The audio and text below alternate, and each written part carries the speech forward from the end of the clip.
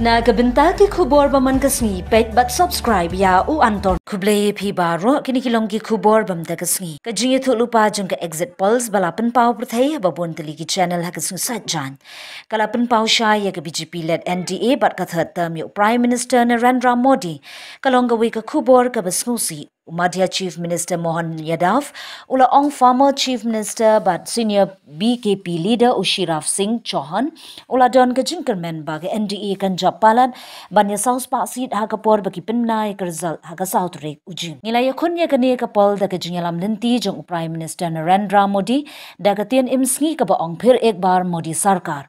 Sa shisin bat ka sarkar Modi. Ngin sa job baro ki arp khandai tali ki seat ha MP ber ke NDA kan sayo pala lais pa anyo pho seat jangkari ke ibo ong Modi ula deble nga ai khublei ki pait ba jangkari ber ke state ke India kan sayo yar shaki kandon ki ba kham he ha po jang ka jingelam jong Prime Minister Modi ong uyadav ka BJP ber ke NDA kan sa tam South pa seat ka BJP marwe kandon lais pa anyo pho seat ka jing shanya badon ki pait ba ha Modi kalong ka bomben ong uchohan PTI ka BJP led NDA kala banjob lai spa san phone na ka san spa sa fulai seat ha ka Lok Sabha bala ai ki jinge thu lupa ha ka sni sajjan lai tali ki exit polls ki lai thu lupa ba ka NDA kala ban wanra ek history bat kala ban tam ya ka South Spa seat ha Lok Sabha polls time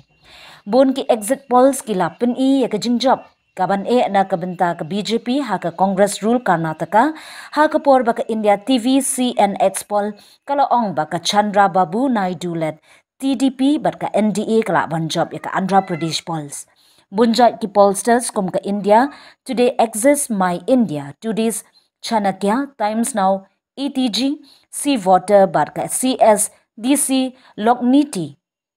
kila pelat ya ke jinge thu lupa ya ke exit polls jong ke Lok Sabha election 2024 ne